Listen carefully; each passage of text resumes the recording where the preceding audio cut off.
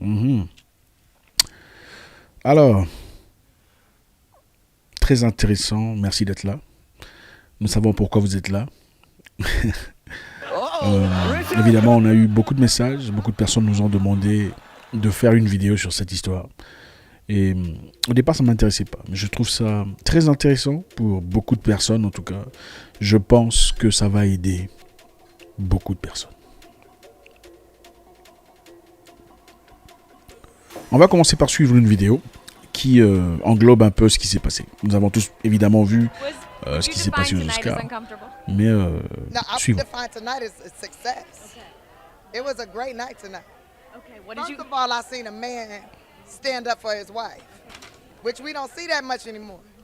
That made me have hope. How about you?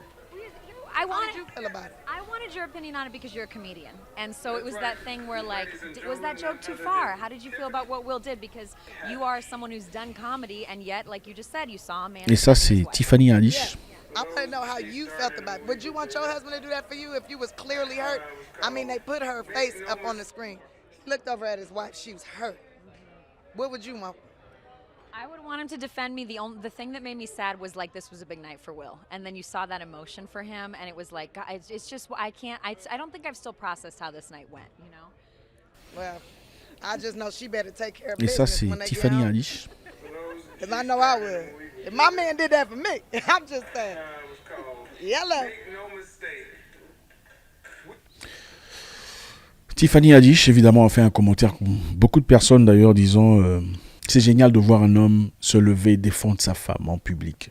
C'est très intéressant. Je pense que ceci nous déroute sans nous en rendre compte des vrais problèmes qu'il faudrait vraiment affronter en réalité. Voilà. Will Smith gifle Chris Rock en pleine cérémonie des Oscars. C'est une journée exceptionnelle pour chaque acteur, pour ceux qui ne savent pas. Les Oscars ne sont pas donnés à tout le monde. Hein. On peut être super acteur de Hollywood, on peut faire les grands chiffres et tout le reste, mais avoir toute une carrière sans jamais avoir reçu d'Oscar. La preuve en est qu'il y a beaucoup d'acteurs et d'actrices d'ailleurs qui n'ont jamais eu cette chance.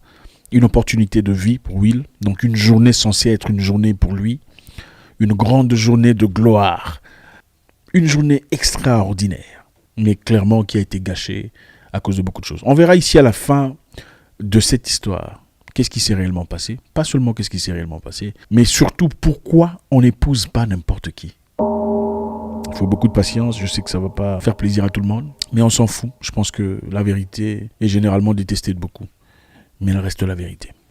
Et c'est pas parce qu'un mensonge est accepté de tout le monde qu'elle devient automatiquement une vérité. On y va. Donc, on a ici une histoire de Chris Rock, un comédien que tout le monde connaît d'ailleurs, en plein cérémonie d'Oscar, des Oscars, en train de faire exactement ce que les comédiens sont censés faire. Chris Rock faisait exactement ce qu'il était invité à faire.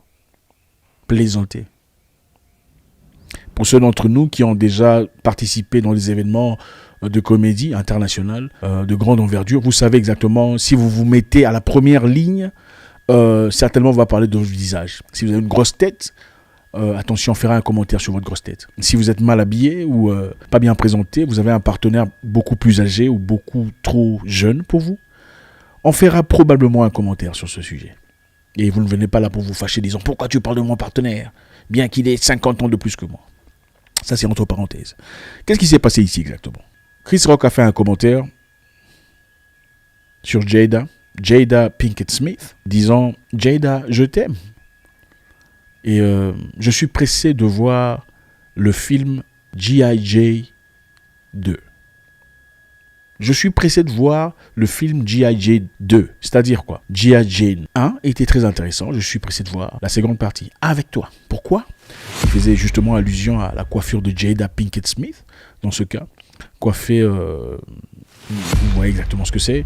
Comme G.I. Jane. G.I. Jane c'était un film, je ne sais pas pour ceux qui n'ont pas suivi, un film d'une femme américaine qui a malgré tout pu surmonter les difficultés de devenir un Navy SEAL. Le Navy SEAL, c'est le département le plus dur de l'armée, je crois, américaine. Service secret, service extraordinaire et tout le reste. Donc c'est une femme qui a, malgré tout, pour essayer de renverser la vapeur et surtout montrer à tout le monde que les femmes étaient capables de faire tout ce que les hommes faisaient, tout ce que les hommes font, a fait cette formation extraordinaire de Navy SEAL.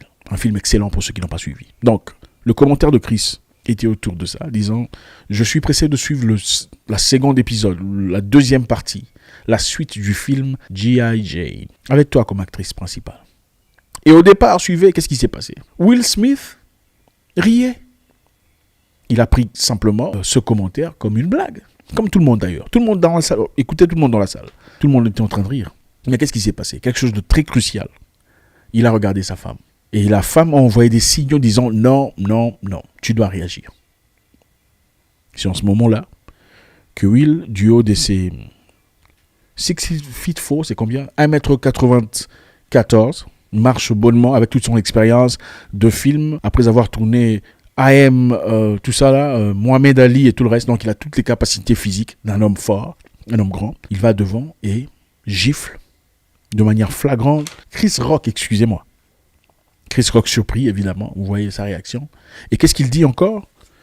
Chris Rock essaie d'atténuer l'histoire, disant « Mais c'est une blague, c'est une plaisanterie de G.I. Jane. » Il lui dit « Garde ta bouche. » J'essaie de faire une traduction littérale ici. « Keep your mouth out of my... » Garde ta bouche Garde ta paix de bouche hors de la vie de ma femme. Garde ta paix de bouche hors de la vie de ma femme. Beaucoup de personnes, de manière très surprenante, ont encouragé ce fait, disant oui, finalement, un homme qui se lève pour sa femme, un homme qui défend sa femme, oui, évidemment, il n'aurait pas dû faire ce genre de plaisanterie.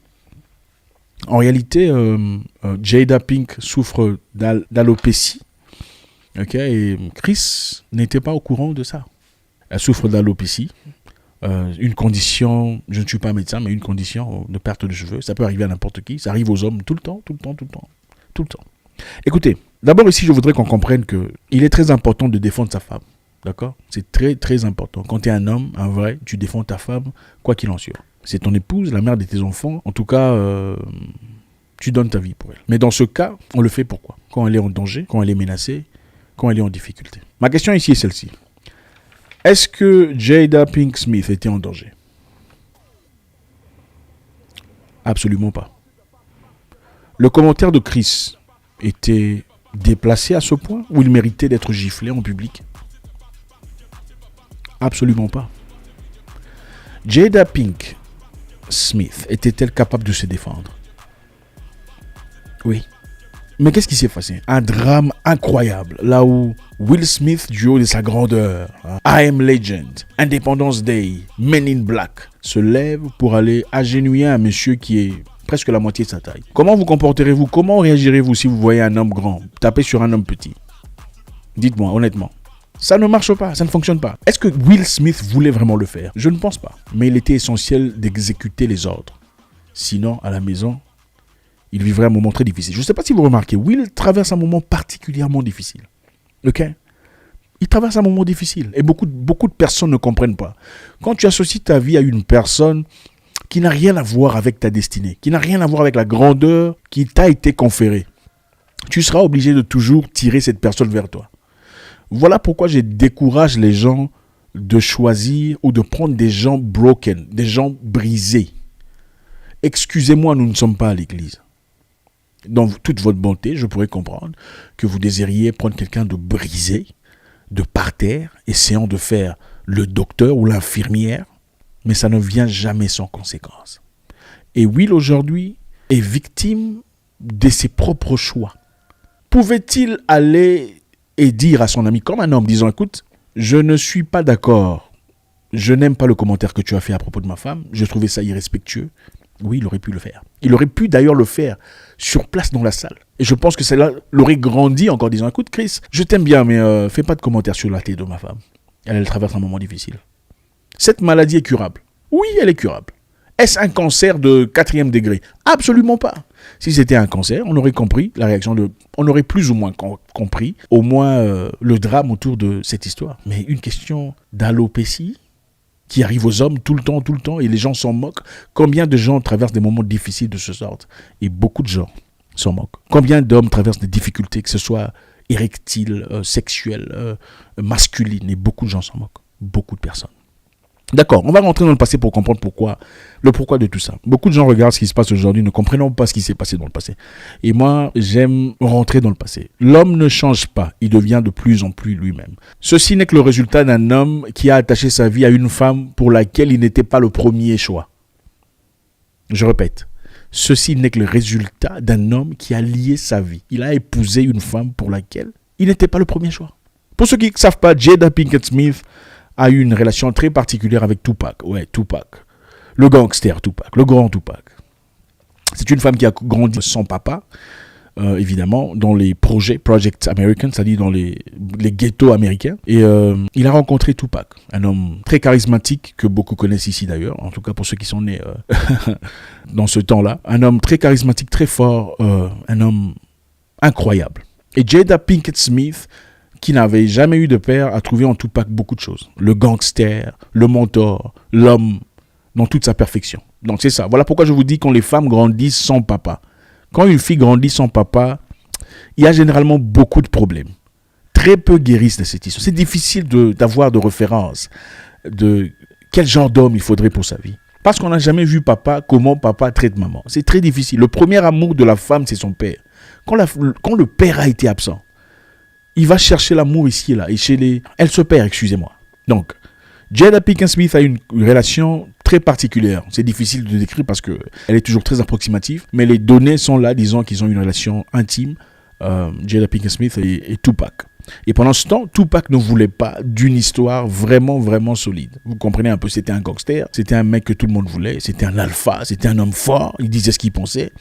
C'était une référence pour toute la jeunesse de son quartier, de sa ville, du West Coast américain.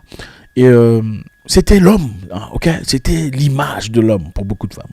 Mais Jada voulait quelque chose de beaucoup plus solide que ça. Elle voulait être là, hein, the man chick, c'est-à-dire la femme, hein, celle qu'on connaît. Tupac, par contre, n'était pas prêt à s'engager dans cette histoire, dans ce sens-là. Il aimait bien la fille, mais il n'était pas prêt à s'engager ouvertement. Et surtout, à son âge, de se poser et se caser. Il n'avait pas ce temps-là. Alors Jada lui a placé dans une condition, il fallait faire un choix. Le choix de Tupac était clair. Malgré tout, il a gardé une bonne relation avec elle. Et à un moment donné, elle a commencé à sortir avec Will Smith. Mais dès le départ, Jada a fait savoir à Will qu'il n'était pas son premier choix. Will le savait.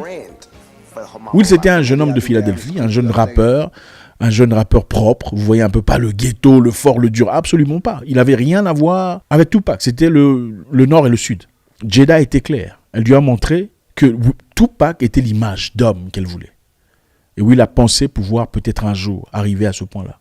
Quand Tupac a appris, bon, évidemment, après avoir quitté Jada, quand il a appris l'histoire de Will, il a demandé c'est qui ce gars, c'est qui ce poltron.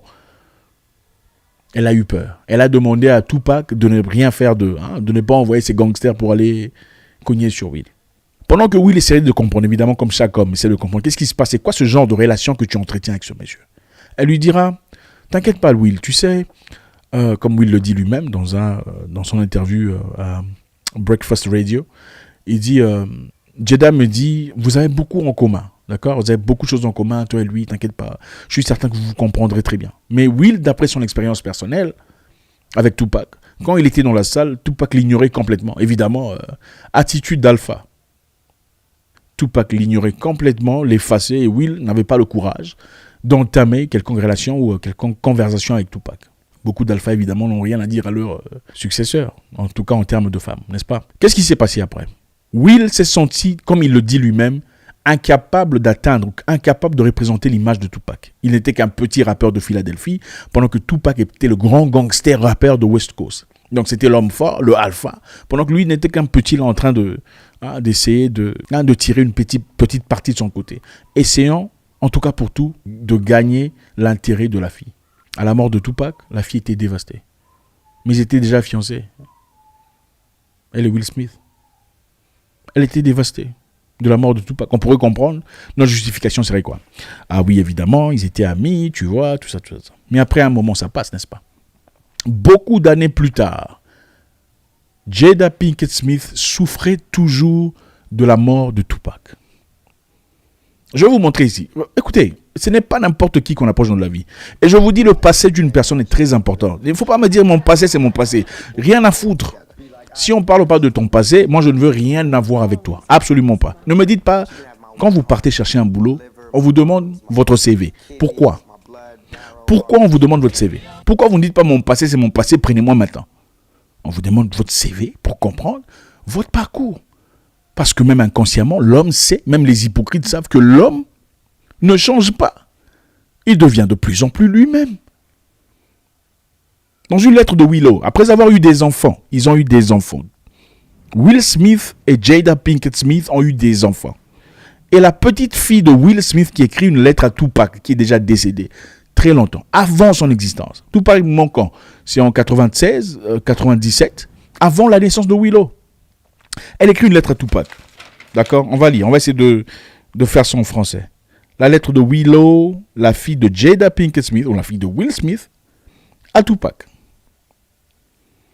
Écoutez, une femme peut te faire. Elle peut te grandir, te prendre de nulle part, t'élever aux standards que tu n'as jamais connus dans le passé. Elle peut aussi te détruire complètement. Quel a été le commentaire de... comment il s'appelle l'acteur? Là, j'ai oublié son nom. Mon acteur préféré, il s'appelle comment déjà? Denzel Washington à Will Smith. Il a dit, quand tu atteins les hauteurs les plus élevées, c'est en ce moment-là que le diable vient te chercher. C'est exactement ce qui se passe dans la vie de Will Smith. Lisons ce que la petite Willow a dit à Tupac. Cher Tupac, je sais que tu es en vie, quelque part. Je pense que tu manques beaucoup à ma mère. Est-ce que tu pourrais rentrer un peu pour que ma mère et moi soyons heureuses? J'aurais souhaité que tu sois ici. Je l'aurais vraiment souhaité. Love, Willow. Willow, la fille de Will Smith. Attendez, la fille de Will Smith écrit à l'ex de sa mère, qui est décédée il y a très longtemps, avant sa naissance. S'il te plaît, tu es où? Je sais que tu es en vie. Si tu es quelque part, reviens même un peu, pour que ma mère et moi soyons heureuses. Qui est-ce qui a planté cette histoire dans sa tête? C'est incroyable. C'est du jamais vu. Un homme marié à une femme qu'il aime, une femme à qui on donne tout ce qu'on... Écoutez, ce n'est pas en faisant tout ce que tu peux faire de bien pour une femme qu'elle sera une bonne femme pour toi. C'est absolument faux. Il y a des gens complètement malades ici qu'il faut éviter carrément. Je comprends tout à fait.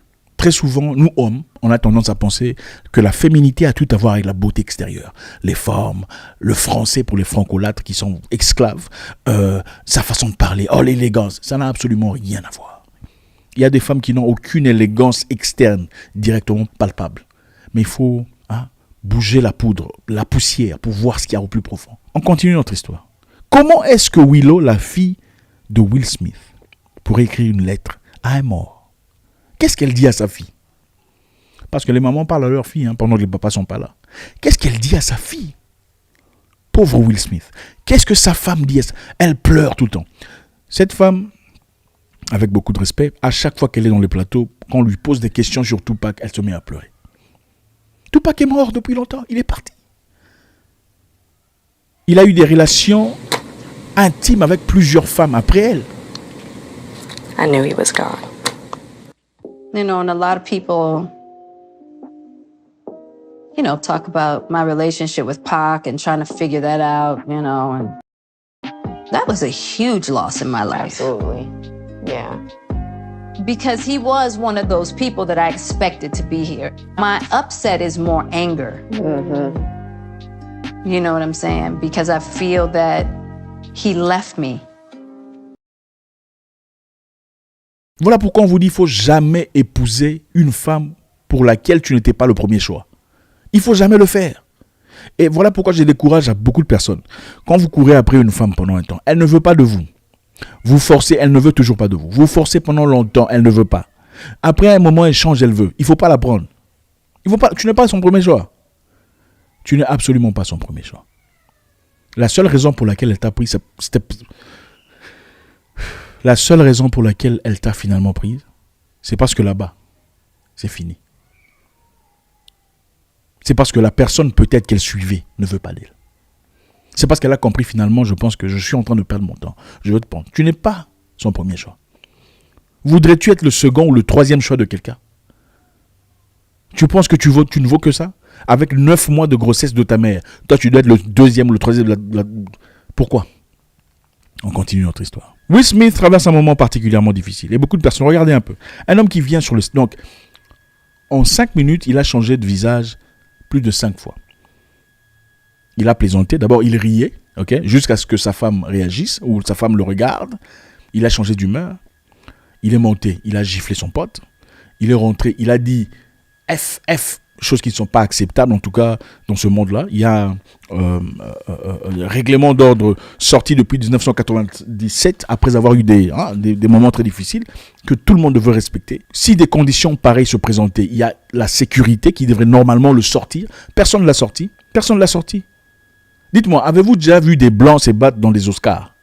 Avez-vous déjà vu ça? Un blanc gifler une autre personne, avez-vous déjà vu ça? Jamais. Pourquoi on n'a pas flouté l'image ou bloqué le sang? Pourquoi on n'a pas fait ça? Parce que ce sont des noirs et les noirs en train de se... Évidemment.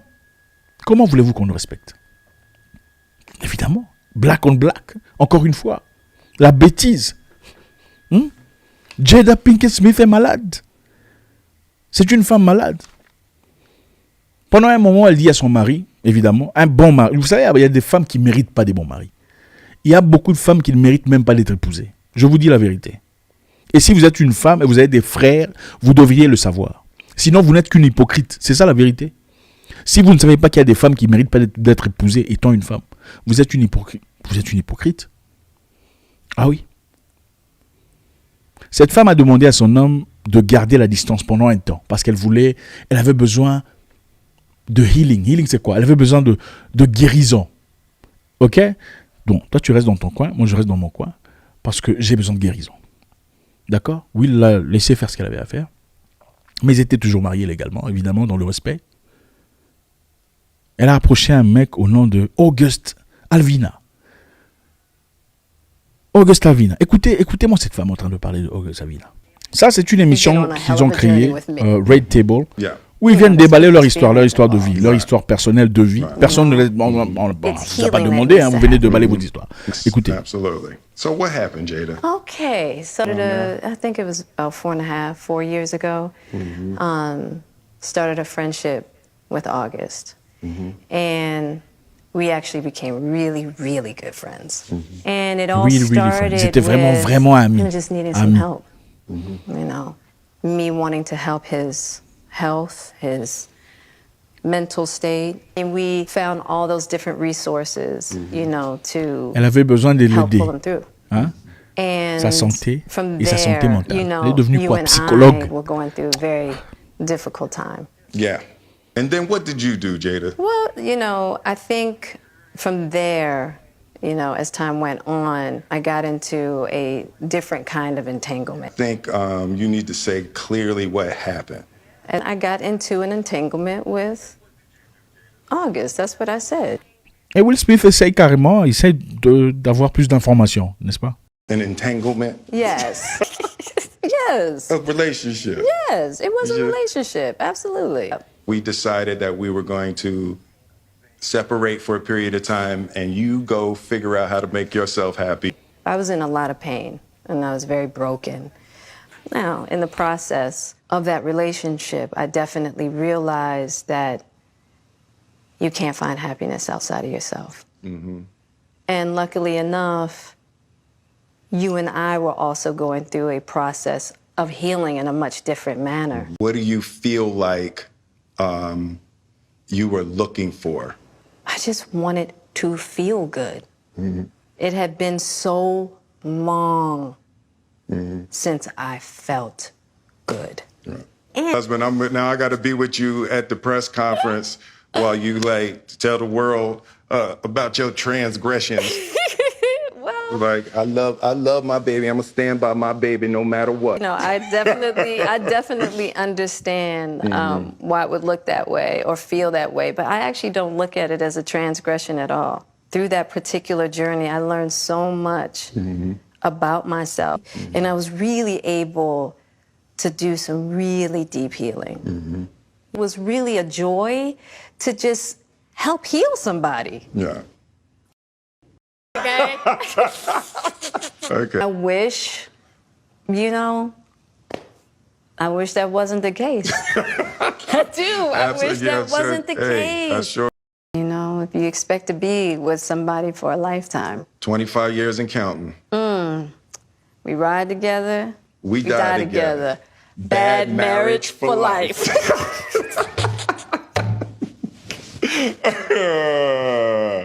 That's terrible. Elle dit qu'elle est entrée en entanglement. Entanglement, c'est enchevêtrement. D'accord? Donc, au lieu de dire que j'étais en relation avec Auguste, j'étais entremêlé avec Auguste. C'était un enchevêtrement. C'était... donc, elle n'arrive pas à dire le mot. C'est exactement ça.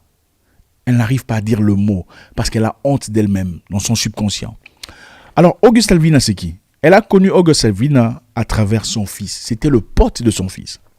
Donc, la femme qui a épousé un mec qu'elle n'a vraiment pas aimé, d'accord? Mais bon, voilà, il fallait accepter parce que, après tout, c'est quand même Will Smith, the French Prince of Bel-Air, va dans sa relation amoureuse, dans son mariage, évidemment, et sort avec le pote de son fils. Et ce n'est pas une histoire d'une fois. C'est une histoire qui a duré. Elle a eu des relations intimes avec l'ami de son fils. Et elle le dit à son mari à la télévision. J'étais entremêlé avec Auguste. Ça veut dire quoi? Elle dit que Auguste avait besoin de guérison. Elle aussi, elle avait besoin de guérison. Donc, elle a aidé Auguste à se guérir. Aïe, aïe, aïe, aïe, aïe, aïe. Et pendant ce temps, elle a aussi guéri ses blessures personnelles. Tu dis ça à ton mari à la télévision. Même si c'était vrai que tu voulais vraiment être ouverte. Ok? Supposons que c'était vraiment vrai, que c'était vraiment compliqué, que tu veux vraiment t'ouvrir à ton mari et lui dire la vérité. Tu dois dire ça à la télévision devant tout le monde. Quelle humiliation! Donc c'est comme si on castrait l'homme de ses capacités masculines. Un homme comme Will Smith, du haut de sa grandeur, de ses accomplissements. Tu viens lui dire à la télévision, bon, toi et moi, on traversait un moment compliqué, j'avais besoin de guérison, et voilà, Auguste et moi avions besoin de guérison.